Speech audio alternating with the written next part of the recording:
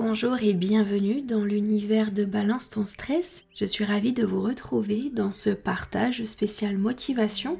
Nous allons parler ensemble des premiers pas lorsque l'on enclenche un changement.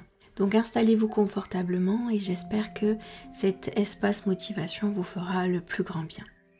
Peut-être qu'un changement vous travaille ou alors que vous êtes en plein changement justement et que vous devez réharmoniser, prendre de nouvelles décisions, mettre en place de nouveaux choix et ce n'est pas forcément évident. Et effectivement, notre mental nous joue des tours puisque le mental a particulièrement besoin de preuves, de justifications, comme quoi c'est la bonne direction, tu es sur la bonne voie, continue, tu peux être certaine d'avancer ainsi. Et à contrario, si il ne trouve pas ces justifications, ces preuves à l'appui, il va envoyer tous les découragements possibles en référence du passé. Tu te souviens de ce drama-là, tu te souviens de cet échec, tu te souviens de toutes ces erreurs. Et en fait, il arrive à créer une immense boule de neige qui crée la confusion et le doute dans nos décisions et dans nos prises de choix. Maintenant, si on individualise le changement et que l'on regarde, que l'on observe en lui-même ce changement, quelle connotation est-ce qu'on lui porte? Est-ce que l'on est en train de ressentir un échec ou alors une potentielle mauvaise décision, un mauvais choix? Ou est-ce qu'au contraire on ressent de l'engouement, on se sent bien à sa place, sur les bons rails? Ce qui est intéressant, c'est d'observer tous les jugements et toutes les comparaisons qui viennent se superposer à ce changement. Parce que de cette façon, est-ce que l'on apprécie réellement tout le processus qu'il y a avec ce changement? Donc voici ce que je vous propose. Pendant 10 minutes, autorisez-vous à clarifier vos prochaines étapes à l'abri de toute forme de jugement ou de comparaison. Autrement dit, vous autorisez à accéder à des idées, une créativité qui existe au-delà du jugement et de la comparaison. Et notez bien que vous avez besoin uniquement des premières étapes. Les premières marches doivent être claires et appuyées d'actions en cohérence avec vos décisions. Et une fois que vous serez sur les premières marches, les suivantes vous sembleront évidentes.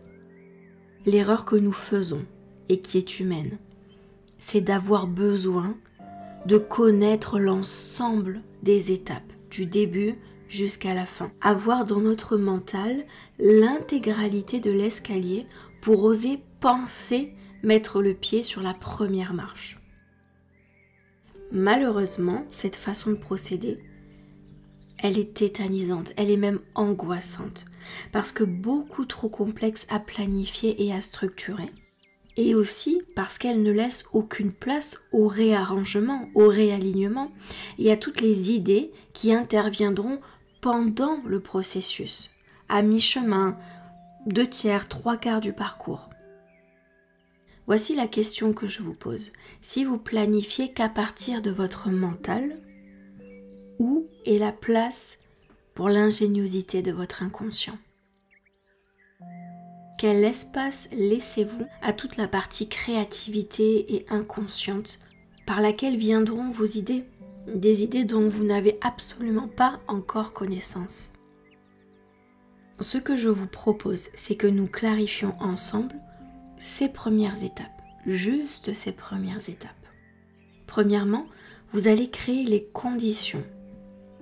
Dans votre mental, vous allez créer un espace, une ambiance dans laquelle toute forme de jugement et de comparaison seront directement mises à la porte.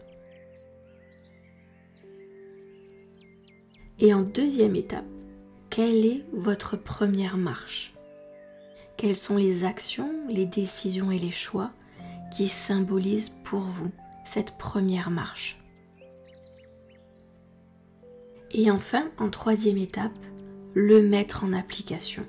Sortez du mental et tout ce qu'il trouvera à vous raconter, ne croyez plus ses pensées, tout ce qu'elles peuvent vous faire remonter à la surface, tout ce qu'elles ont beau vous raconter. Autorisez-vous à ne plus écouter ce mental-là, ce mental insécure, ce mental dans le doute et dans la crainte, et autorisez-vous à exister avec vos idées, avec ce qui vous inspire, ce qui vous appelle, ce qui vous parle.